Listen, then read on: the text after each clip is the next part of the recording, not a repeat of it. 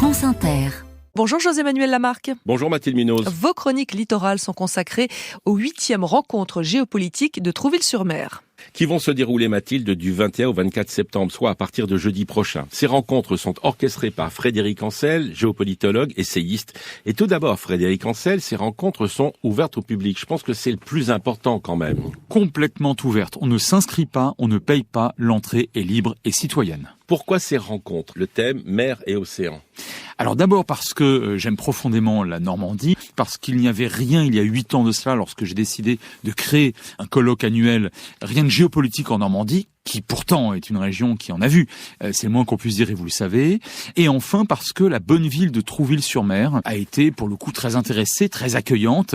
J'ajoute que j'organise beaucoup de colloques annuels, mais celui-ci est le plus important et je crois pouvoir affirmer très objectivement et en toute humilité qu'il est devenu en moins de 8 ans le premier festival géopolitique de France. Ça commence le 21, jeudi prochain. Oui, avec 24 heures pour les jeunes, pour les premières et terminales. Voilà, ça c'est un programme. Mais absolument, vous savez que depuis la réforme Blanquer, les premières et les terminales ont la possibilité de choisir l'option géopolitique. Des centaines de milliers de nos jeunes en France donc choisissent cette option, qui est très courue d'ailleurs. Et donc nous leur donnons des conférences sur la géopolitique, sur les métiers de la géopolitique, ce à quoi ça correspond exactement, les études, les critères pour en faire. Et puis bien évidemment, nous leur expliquons ce que sont les mers et les océans, puisque c'est au programme. Programme très très riche, la mer dans l'histoire, l'art et les mémoires, pôle, confins et droit de la mer, transit, câble, conteneurs et migrants avec la très célèbre Camille Morel, la stratégie navale, la piraterie, les trafiquants, les aventuriers d'hier et d'aujourd'hui, l'Indo-Pacifique, le nouveau grand jeu. Vous avez ratissé très large parce que je n'ai pas terminé. Alors on essaye sur 8 tables rondes, plus 2 conférences, plus un film, en l'occurrence Le Chant du Loup. On essaye de ratisser. Pourquoi ? Parce que les mers et les océans, à mon humble avis, c'est l'avenir géopolitique. Je n'invente pas grand-chose en disant cela, mais il faut absolument Non, mais considérer... c'est bien de leur dire. Ah, c'est très fondamental. C'est pas seulement 72% de la surface du globe. C'est par exemple pour notre pays le 2e domaine maritime du monde. 11 millions de kilomètres carrés. Absolument. La France dispose d'un atout pour les décennies à venir absolument faramineux et un atout essentiellement situé d'ailleurs, tiens donc, dans l'Indo-Pacifique. Et justement, la thématique du dimanche 24 à 11h, la France est-elle encore une grande puissance maritime? Réponse? Pour l'instant, oui.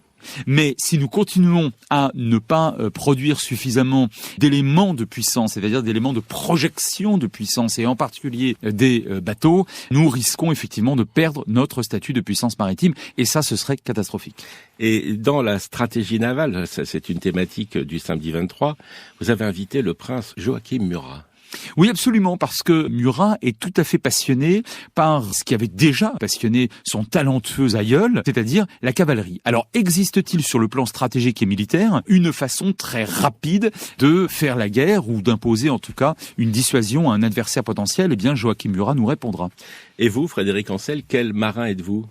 Je suis un marin d'eau douce et moi je fais parler les autres, je fais naviguer les autres, notamment dans l'imaginaire des gens qui suivront ces rencontres, et nous avions besoin cette année, notamment d'ailleurs en hommage à notre maître commun, le grand géographe et géopolitologue Yves Lacoste, oui, de parler des mers et des océans, parce que nous ne l'avions pas réellement fait, sauf pour la Méditerranée. En 8 ans, et au cœur de la géopolitique, on a réellement cette thématique fondamentale. La leçon inaugurale est signée Jacques Attali, la leçon grand témoin, le vice-amiral Loïc Finaz, qu'on ne présente plus, et un invité d'honneur, Corinne Lepage. Absolument, l'ancienne ministre Corinne Lepage, pour donner une touche, alors écologiste, mais pas au sens punitif et militant du terme, mais pour faire un petit pas de côté, comme je le fais chaque année, quelqu'un qui n'est pas un ou une géopolitologue, mais qui va nous apporter beaucoup, et notamment sur le plan de son expérience personnelle. Merci Frédéric Ancel. Un site internet, rencontre géopolitique au pluriel toutattaché.fr. À demain Mathilde Munoz. À demain José-Manuel Lamarque.